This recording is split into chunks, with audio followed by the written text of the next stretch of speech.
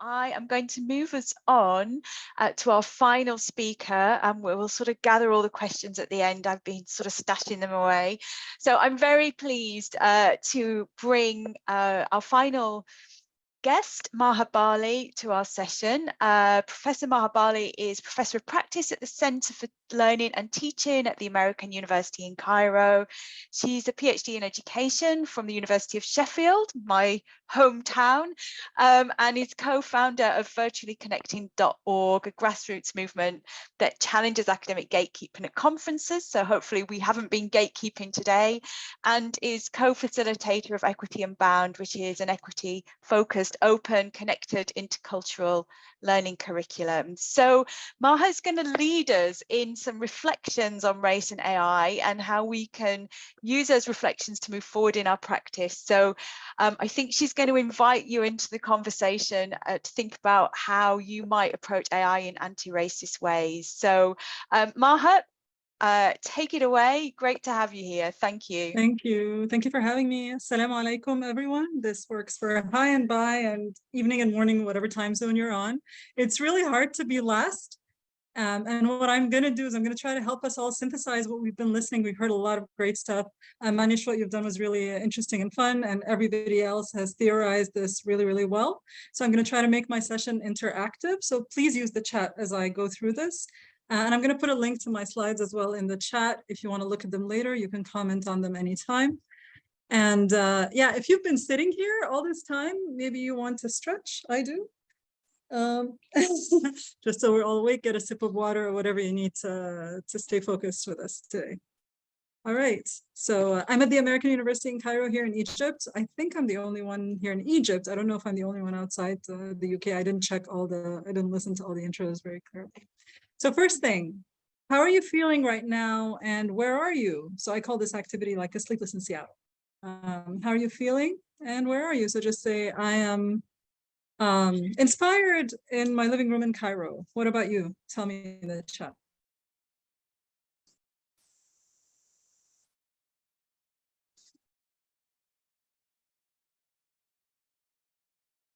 Tired in LA, in small Warwickshire village. Slip disc, I'm so sorry, Martin. Awake in PEI, Canada. Living room, intellectually stimulated in London, home office in Bradford. Dreaming of Egypt. It's very bad weather today. But usually good weather, just not today.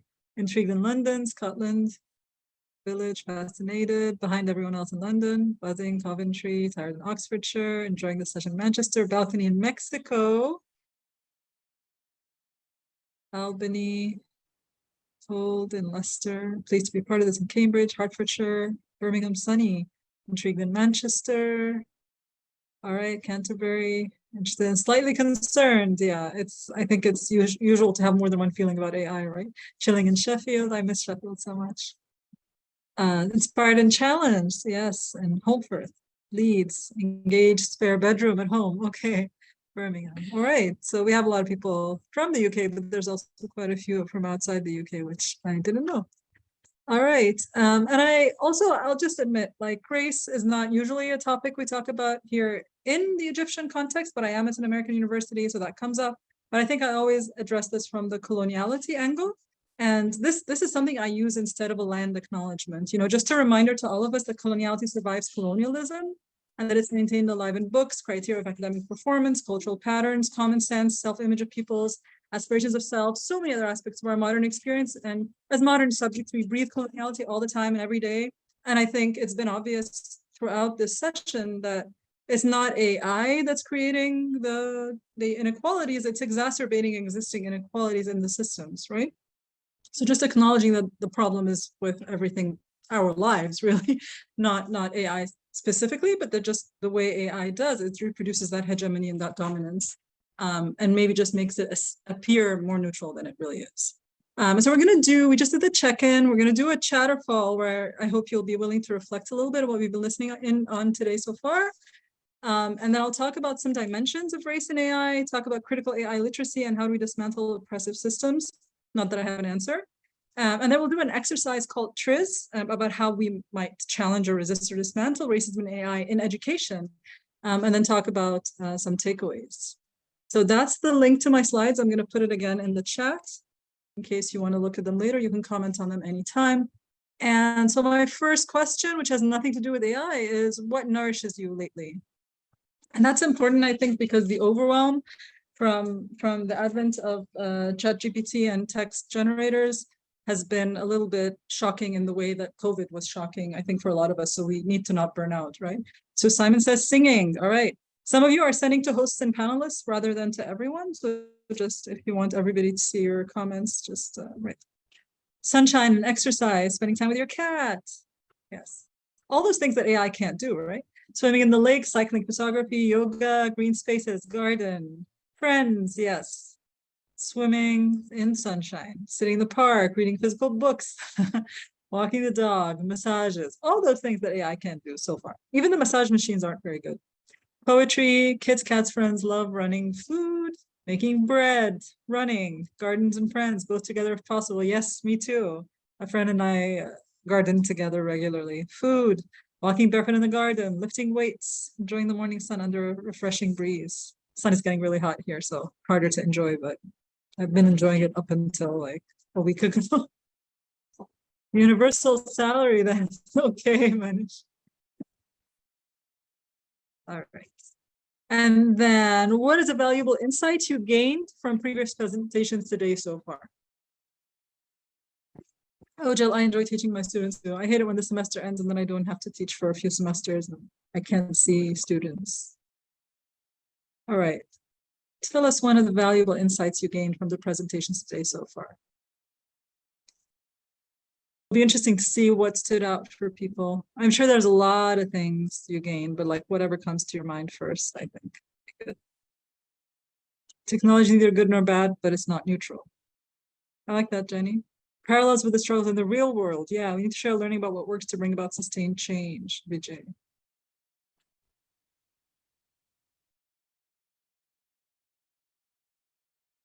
How much intellectual property rights are enabling lack of transparency and control issues. Chris's idea of getting ChatGPT to define something and getting students to critique that definition as a learning activity. Area that will exist in an AI-dependent future. We are all on a learning journey. Yeah, that's so true.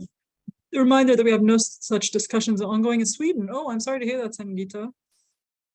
It's a bit late to try and stop AI. We're doomed. Oh, I don't know that we're doomed. Maybe late to stop it, but I don't know that we're doomed.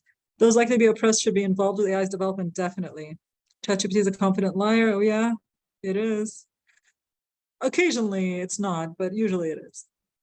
Like a lot of the men who created it, I'm guessing. How AI is also being a part of systematic challenges faced by marginalized groups.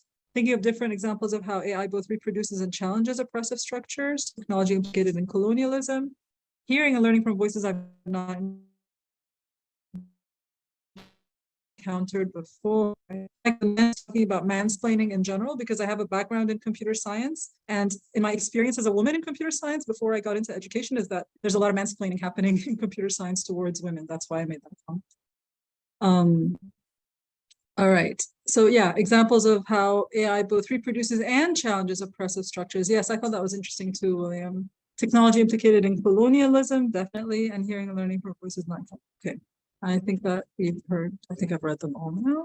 All right, what about this one? What is a metaphor for AI that you would use? I asked this question in a lot of my keynotes and my presentations, and I think it brings out our attitudes, the kinds of metaphors we say.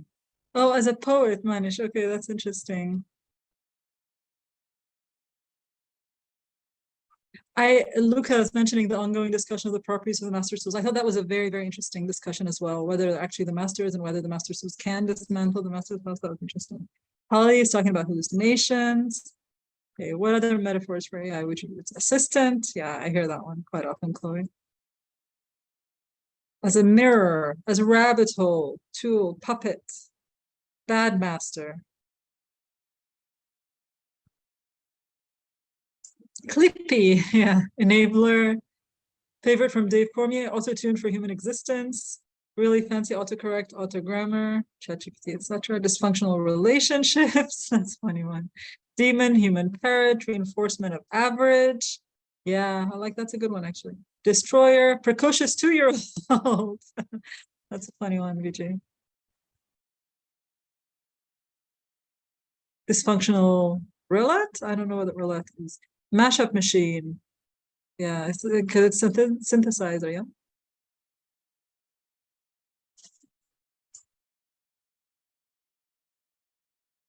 Okay, and one more. Why poet? Somebody's asking why poet. That's a good point. I think because it writes in it has a writing style, I think, ChatGPT especially. I mean, not AI in general, but ChatGPT especially. All right, so in terms of ethics in AI, and I think this has been said as well, AI we've had so far, not just ChatGPT, but all the AI we've had before, has consistently almost been racist and ableist and sexist, and it's not the only one that's like that, right? So this is from Brenna Clark Gray in Canada. And I have a question for you guys. Have you ever played this game? This has existed for a long time, by the way. It's called Quick Draw. It's a game by Google where they've been training their own visual AI on pattern recognition. And you're asked to doodle something, and then they ask you what to doodle. And then as you doodle it, it tries to guess what you're doodling based on its training from previous people's doodling. Has anyone tried it before? Okay, so here's a blog post by me about it. Oh, I like what Martin said about ChatGPT, or AI, like a Western museum, but it's full of stolen stuff from white websites instead of stolen from colonies. That's so cool. All right, so I'm going to show you what Quick Draw looks like. I've been teaching students how AI works. My undergraduate thesis was in neural networks, so I've created AI before. And so I've been trying to explain how AI works to my students using this game, Quick Draw. You can play it anywhere. Just search for Quick Draw. You'll find it. It's taking a while to open here. But anyway, what I wanted to tell you about it is it asks you to draw certain things. Whatever it is, the expectation has very Western hegemonic assumptions in what the thing looks like. We assume that imagery is global, but it's not. So for example, it will ask you to draw something that looks like a hospital. And in order to differentiate a hospital from a regular building, it has to have a cross on the top. Otherwise, how are you going to know it's a hospital? But in Egypt, we don't have a cross on the top because we're not a Christian country, right? It'll ask you to draw an angel, for example. And the only way to get it to draw an angel is using wings and a halo. And in Muslim countries, we don't draw angels. It's actually against our religion to draw angels, for example. It also has some really interesting words that could be taken two different ways. So for example, it could ask you to draw a bat. And some people will hear bat and think of the animal, flying mammal called a bat. And some people will think of a baseball bat. But outside the US, people won't think of a baseball bat. So this one, it understands both. But the other things, the only way to get it to do it is to do the Western English language, probably, explanation of it. Even when you play it in another language, it has the same expectations. So what it's been doing is it's collecting data from all over the world, and the majority of people who are playing it and training it, so the people like us, the majority of them are bringing in that Western hegemonic perspective. And so that's the training data, and we know it's culturally biased. That's exactly what I'm saying. And what I'm saying is when you play it, whether you get it right or wrong, you can get to see how other people drew the same thing that you drew. And you get to see how the AI can draw conclusions on what you're trying to draw pretty early on before you even finish drawing it. And then now the output of what Quick Draw is another game called, not a game, now it's an app called Auto Draw, also by Google, that when you try to draw something will give you a better version of what you're drawing. So it's a very good, I think, explanation of how AI works and trains that I think people can use to teach their students, but that can also show the kinds of discrimination that goes into it, right? Because of the training data. And so in what ways has AI and EdTech been racist in the past? I think there may have been like several things that have been said so far. I don't know if someone has mentioned, I mean, go ahead and say whatever is on your mind as well in the chat, but the ways that I know of very clearly is I think people talked about facial recognition, right? We all know that facial recognition is much less accurate for darker skin. And we know that the use of proctoring in education uses cameras. And a lot of students have complained if they have darker skin that the AI doesn't recognize their faces, and this creates problems on top of the stress of being in an exam, on top of the stress of being observed by an algorithm while you're taking an exam to check if you're cheating, right? Are there other ways that AI or even technology in general has been racist in education that we have used?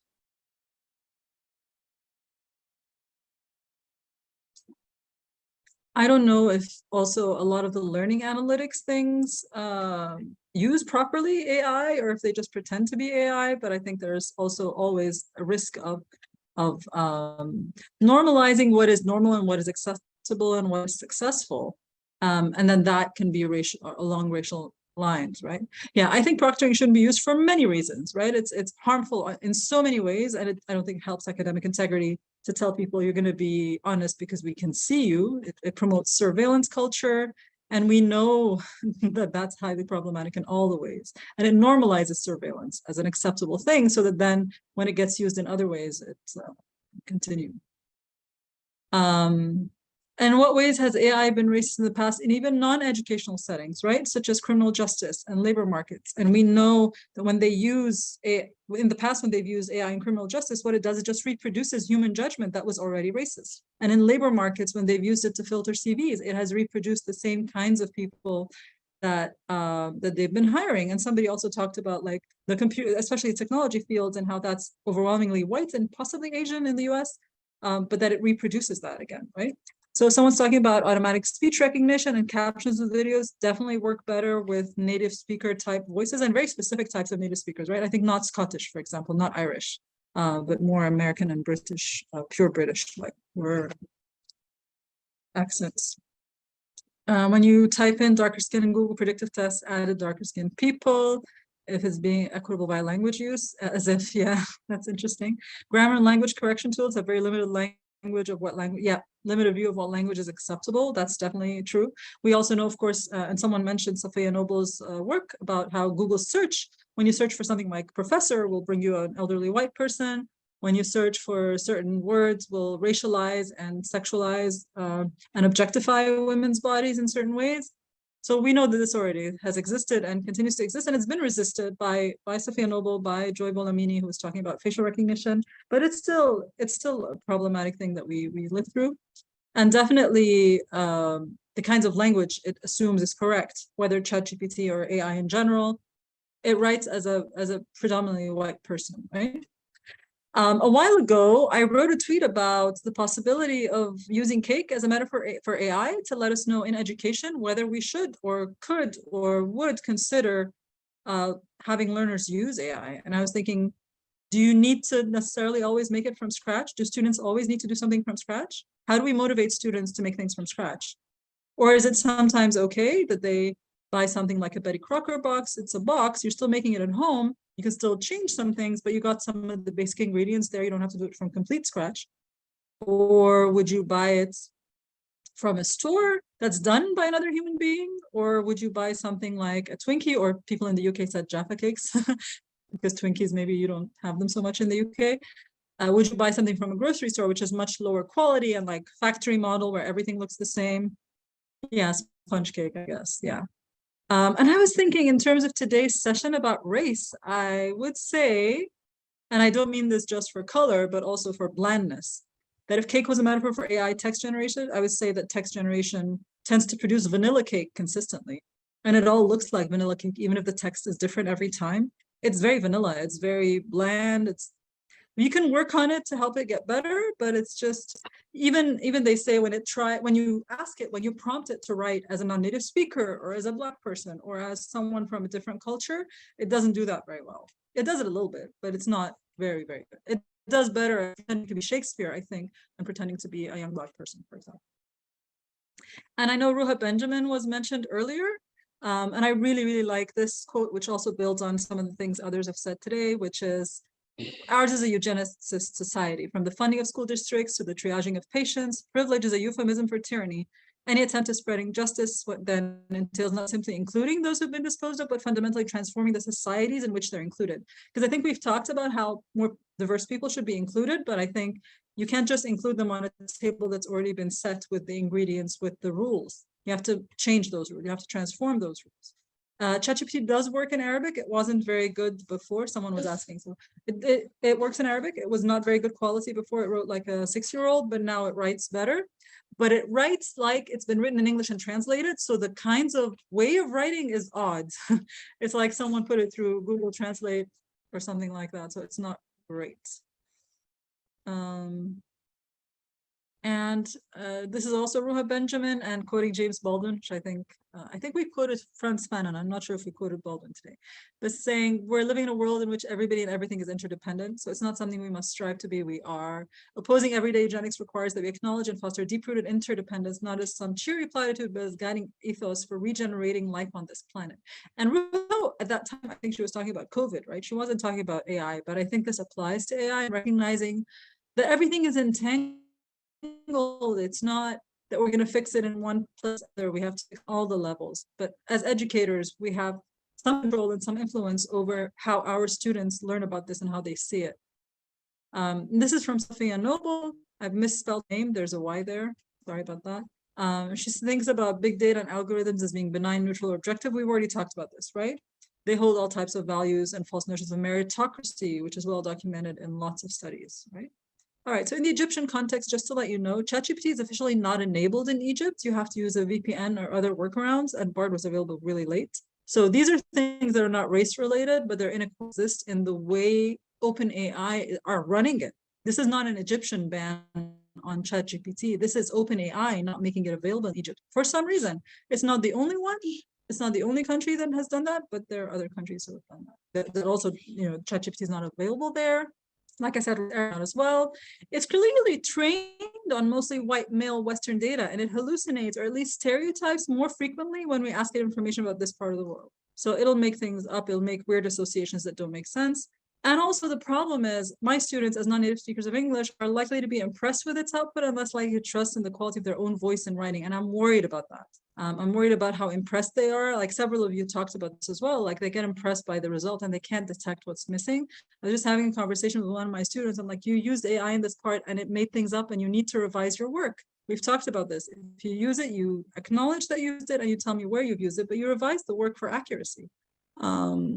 So if we're talking about critical AI literacy, I think there are elements of this. There's the prompt engineering, which Manish really showed really well right now.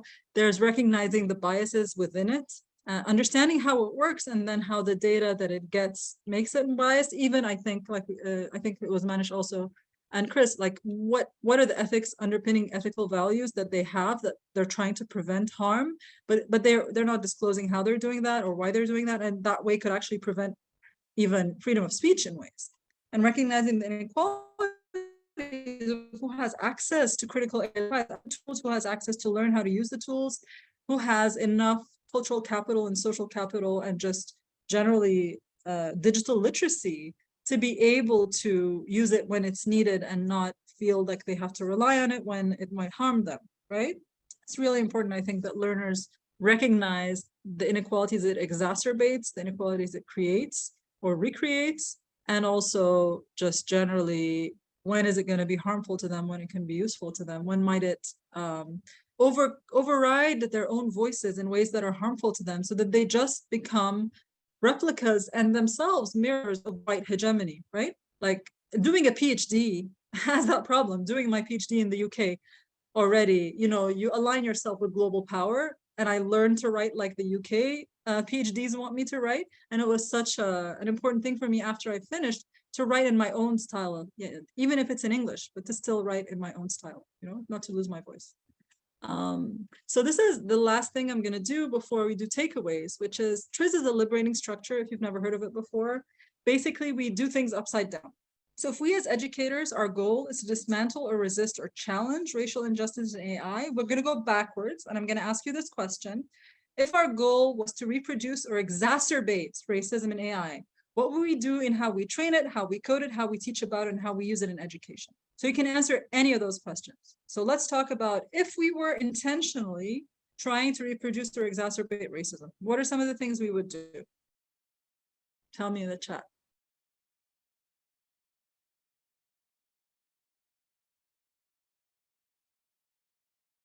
You look and talked about this, like we've been treating students like robots, even I think scholarship, and so it's no surprise that the AI writes like the robots that we've been making people into, right?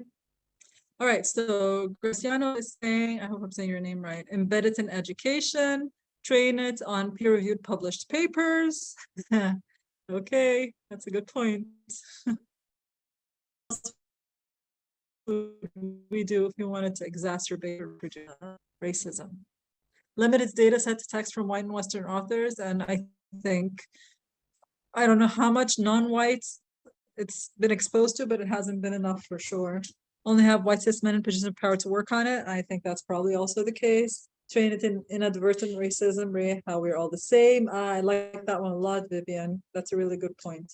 So it's that tone deaf racism that pretends to be politically correct, but isn't, right? Train it on content from the Daily Mail. I don't read it, but I'm guessing where you're coming from. What about in education? So one person said embedding it in education in itself would be problematic. What else?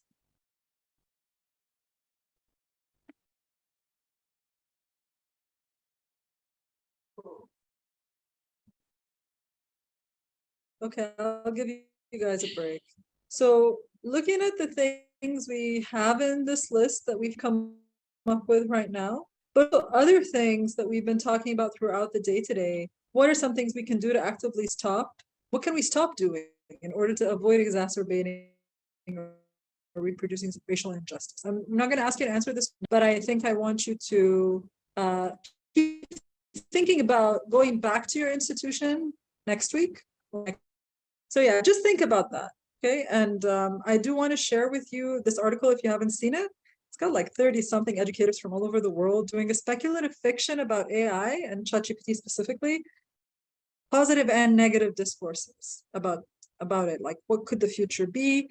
Notice how Bonnie Stewart, especially from Canada, her positive and negative narratives both meant racial discourse and impact on minoritized and marginalized groups. So those of you who talked about the hope for the future and how can we imagine a utopian future, what would that look like? How would we get there? And from the how would we get there, what of that do we have control over now in the way we teach computer science to students, in the way we teach AI ethics, in the way we encourage people of all disciplines, how they interact with and resist or challenge or dismantle this racism now. All right, I'm going to finish off now and just let me know a key takeaway you're taking from our conversation today. Could be from my presentation, could be from previous ones. They were all really, really excellent. Thank you so much. And I'm sorry if I took more time than I was supposed to.